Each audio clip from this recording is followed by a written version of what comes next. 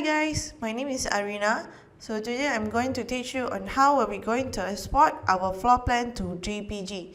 Okay, so let's say here I have one project and I want to export my floor plan.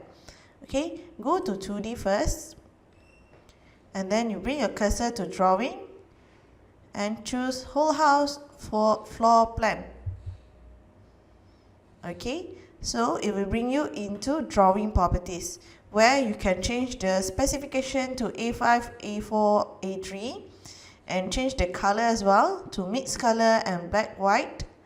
And then you can choose the display, what you want to display on your floor plan. So let's say you want to turn off your ceiling layer, just untick the ceiling layer and you will see the furniture and all. Alright, so you can just press download after you set everything and you will have your file in JPG format.